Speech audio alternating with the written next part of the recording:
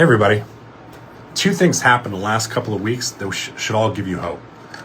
Howdy folks, I'm Jeff Newton, former 60 Minutes producer, former senior producer at National Geographic Television and Vice on HBO.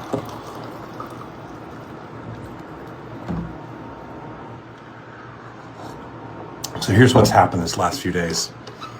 Should give us all reasons to celebrate. Trump backpedaled on Greenland. When he saw the consequences, he bailed. World leaders had said he'd be militarily and economically challenged by all of Europe. At home, within his own party and Congress, people told him he may lose his presidency over the breakup of NATO.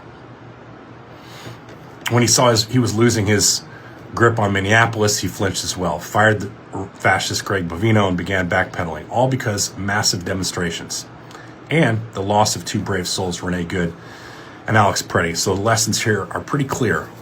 Resistance works on him, not because he's a swell guy who sees the errors of his ways, but because he sees a lot of money and power at risk. Substantial loss. The loss of power scares him the most, I think. The humiliation, because there's nothing a narcissist hates more than being humiliated. That said, he'll go right back to his tactics when he can, because the reset allows his base and those within the administration to reset the narrative. Do not let them. Remind them that what they're still doing is illegal. Remind them of the language they continue to use. Keep the pressure on. Trump called Alex Preddy a gunman.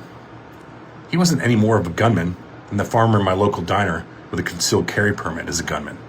Preddy was no more of a gunman than the deer hunter who was on my property a couple of months ago was a gunman.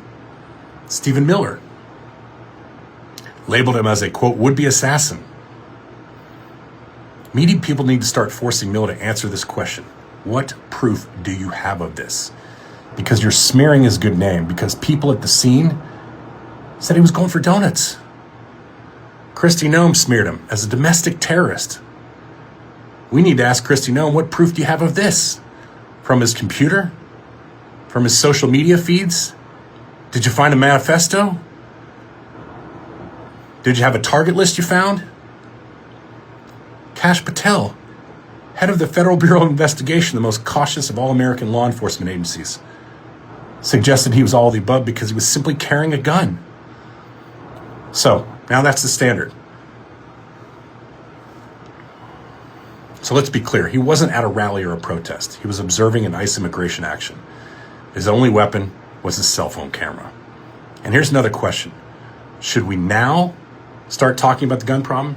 Because up to now, only good guys with guns could take out bad guys with guns. Remember that? And if that's so, who are the good guys now? And who are the bad guys? And where were those thoughts?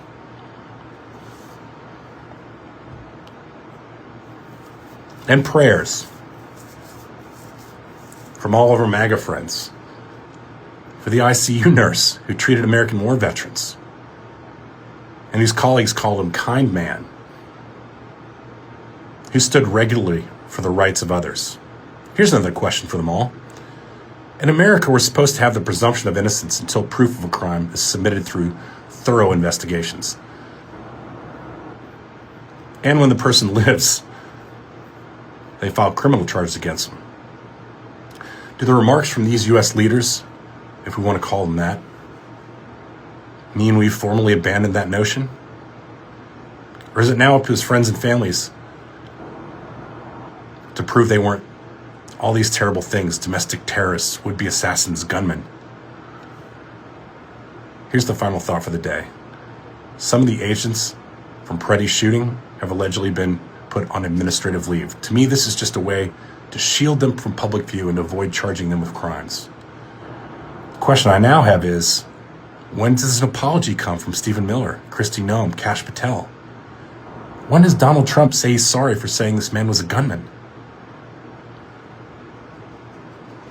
Because you don't put guys on leave from ICE when they're doing everything right, do you? We all know Trump doesn't apologize for anything. Narcissists never do. But we can hold them all accountable. There have been way too many do-overs at this point. Now, to the question of how many ICE officers have died since 2024. Since U.S. Immigration and Customs Enforcement was created in 2003, a total of 29 officers have died in the line of duty, according to 2025 reports. A majority of these deaths, approximately 15, were attributed to COVID-19. Other causes include assaults, vehicular accidents, and illnesses.